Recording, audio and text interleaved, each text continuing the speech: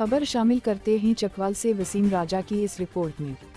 चमन वजीर आजम शुमाली वजीरिस्तान में शहीद होने वाले कैप्टन मोहम्मद अहमद बदर के घर तज़ियत के लिए पहुंच गए।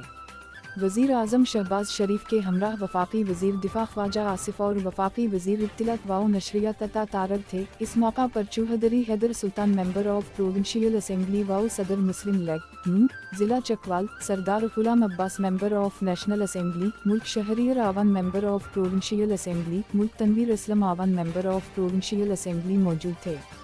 वजीर आजम ने शहीद के वालिद कर्नल रिटायर्ड बदरालदीन को गले लगाया और दिलासा दिया। शहीद कैप्टन अहमद बदर समेत शुहदा पूरी कौम के माथे का झूमर हैं। इस मौका पर वजीर आजम ने कहा कि शुहदा की कुर्बानी कभी रायगन नहीं जाने देंगे।